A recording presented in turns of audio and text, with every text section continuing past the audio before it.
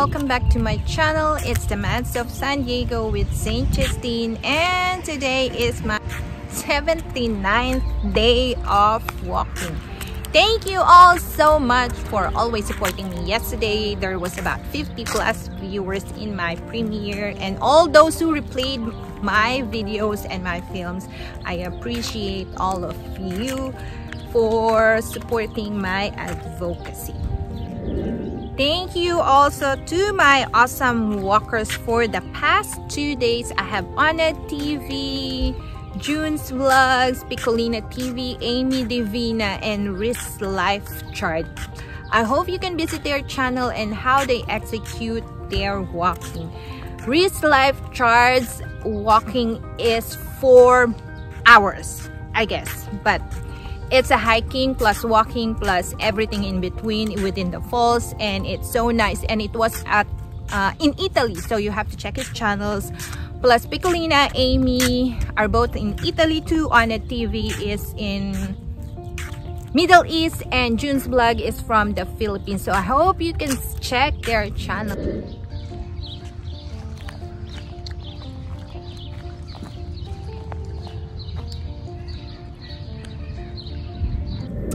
And of course, thank you to my ever supportive super chatters, Lady Rose 12. Thank you so much from the bottom of my heart for always supporting me with your super chat.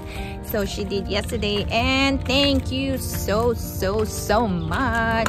So today on our way here, we were thinking, what should we talk about on this walk, because I've been running out of ideas. There's so many ideas, but I wanted to be related with the health as well still. And so we decided that we talk about our brain function and our memories, and how are we gonna stimulate our brain for the future, because it tends us to be forgetful as we grow older. So there are so many ways to enhance and to keep your brain stimulated, yes, so that it's still growing and learning with you.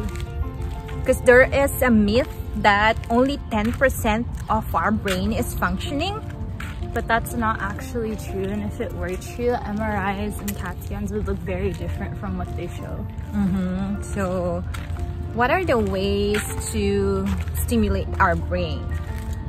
Some easier ways that you can stimulate it is to do like puzzles, crossword puzzles, regular jigsaw puzzles, stuff like that. Cards. Yeah, playing like card games, board games. But more like developed ways to do it is learning something new. And that could be anywhere from learning how to play an instrument to learning a new language.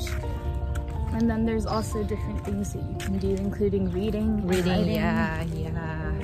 writing a poetry. Those of you who have talents in writing poems that it can turn into a song, that would be great too. But what else? Exercise more so that your brain function, circulation, and getting enough sleep. Yes. Super important that you're getting enough sleep, because otherwise then your brain is not properly functioning because it's not getting the proper amount of rest time.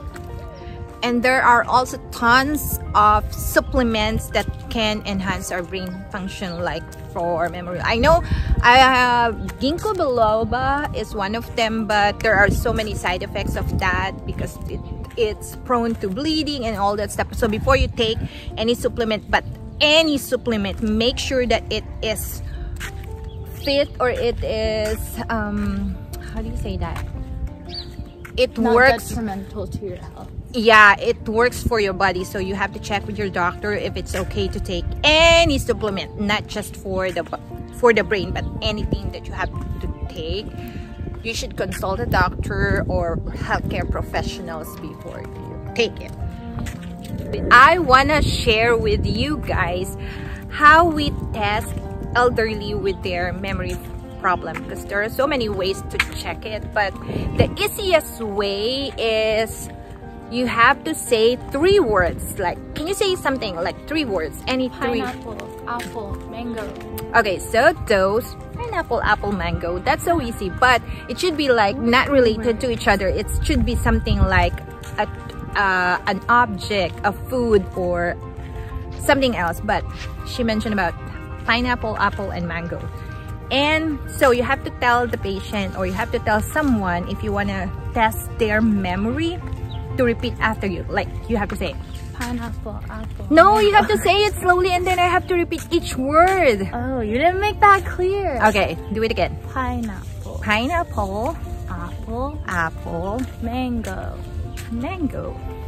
And then after that, once she repeat that, you have to tell someone else that you have to remember that, because I will ask you again that words in a while. And then you have to tell her to draw a clock, and the clock should be 10 minutes past 11. So that's the standard, like 10, 11, 10. So yeah, so you have to draw a clock 11, 10. So they have to draw the clock, like the whole hand, like the whole thingy, and then they have to write it. And then after that, after they wrote the clock, you have to ask, oh, you have to tell me the words that I mentioned earlier. If they were able to say 3 words, that's best. If they were able to say 2 words, that's okay. But if they were not able to say anything, that's a memory problem. And then most of the patients who has memory problems, they can't even draw the clock. They can't even put the hand or the numbers between 1 to 12. They will not know how to write it at all. Yes, and they will not know how to write the time 10. No, it's 11:10. I have a memory problem. No, I'm just kidding. So yeah, they will not determine how to write 11:10. And then when you ask them to repeat the words, they will not remember that. That's where you determine. That's the first step.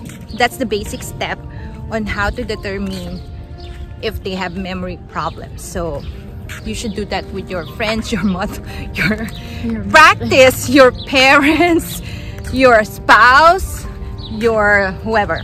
So you should practice that. 3 words and then clock. So that's the first step. If they were able to do both, then they're good. If not, if they fail on that, you have to go on another set of questionnaires, whether they have to do this, do that, and that's gonna be more complicated and more complex. But that's the first step on how you gonna determine if they have a memory problem. That's very informative, and that's the basic one. It's very like, oh, something is going on. So before it's too late, because by 60s, that's where it started. 60 years old, that's where we started to decline our brain function and our motor, our skills, and everything. So before it's too late, we have to stimulate it by now, especially those kids, our middle-aged population should stimulate our brain, because time will come that we'll be forgetful regardless. If we are intelligent, if we're smart, we will be forgetful. So yeah, it is important to stimulate your brain as early as possible. Tell your kids to read books. Oh, by the way, where's the books that we ordered? It should be coming on Thursday. Right? The most recommended thing is to learn a new language, because it really gives you perspective, not only on how your brain works, but it teaches you like the best ways for you to learn personally. And not just that, but it's definitely challenging to learn a new language, because unlike any other subject, when you're learning a new language, there's no basis for what you're learning. Like if you learn something like calculus, you already have a basic understanding of the math, like oh, 1 + 1. With science, you already have a basic understanding that it's like, oh, like this is the sun, this is the sun, the solar system, yeah, stuff like that. But with a new language, it's like you're learning completely from scratch. Different, yeah. And it's not something that you've ever had to learn before, at least remember, because you don't really remember learning your first language. It's just something that you've acquired when you were a kid. But it's also one of the best ways for you to learn in general, because the recommended way for you to learn a language is through listening and repetition. Yeah. Because that's how babies and kids learn. They repeat after you. That makes sense when you repeat the words to the person. Yeah. All of my language professors have said that. It's like, even if you're wrong, the more that you speak in the language and the more you expose yourself to how it sounds, eventually you'll pick up words and you'll start to understand things. So even if you don't know the grammar, it's the best way for you to learn the vocabulary, because grammar comes later. Grammar is easy once you have an understanding of certain words, especially like, it's really interesting how people complain about how Duolingo is set up, because they're like, oh, the sentences that Duolingo use are really obscure. Basic. And they're basic too. They're so basic, yeah. But it's like, those are the words that you're gonna remember. You're not gonna remember onomatopoeia in a different language, but you're gonna remember how to say like book. Does dialect count? Dialects are an interesting phenomenon because there is a basis. The basis of a dialect is in a fragmented language, so that it's not its own completely new language, but yet it is. And the way that the way that we distinguish a dialect from a language is that whether or not it's based off of like a set main language. That's why I ask, because I know a different dialects like Ilocano, Kapampangan, Bicol, Bisaya, but baby dialects, right? I can understand, but I can speak. I can speak like the whole sentence, but I understand what they say and I can communicate a little. But yeah, I know how to speak. I am fluent with Ilocano and Kapampangan, Bisaya, and Bicol, and something else. And the phenomenon behind that is that your brain knows enough of the language to process what's being said, but it doesn't know enough to formulate proper sentences. Right? I think that's weird, because, I don't know, that to me is really weird. And I know Spanish. Because it's easy. For Filipinos, it's easy to speak Spanish because it's almost the same words as our... She was really upset with me when I didn't take Spanish. Because it's so easy to learn Spanish. Which is why I didn't want to learn it in high school. I was like, I'll just take French. So we are just going on a loop on this park because it's not that big, but at least it's a good way to walk around afterwards. And there's not a lot of people. There's nobody here. Like nobody like us and like one other person. But it's far away from us, so I don't know. They don't want to walk anymore. Hello, you should walk more. You should learn a language while you walk. Yep. Oh, listening to music while you walk. That's very good too. You're like a sim. I'm like walking in place.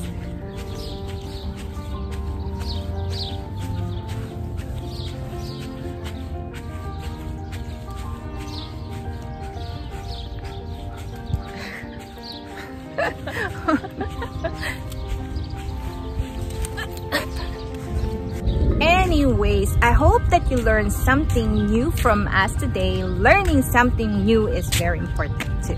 So thank you all so much for joining us in another Health is Wealth walking journey. This is the Mads of San Diego with St. Justine. Please comment, like, subscribe, and thank you all so much. Almost there. Almost 100 days of walking. See you all tomorrow from the Walking Vlogger. Bye everyone.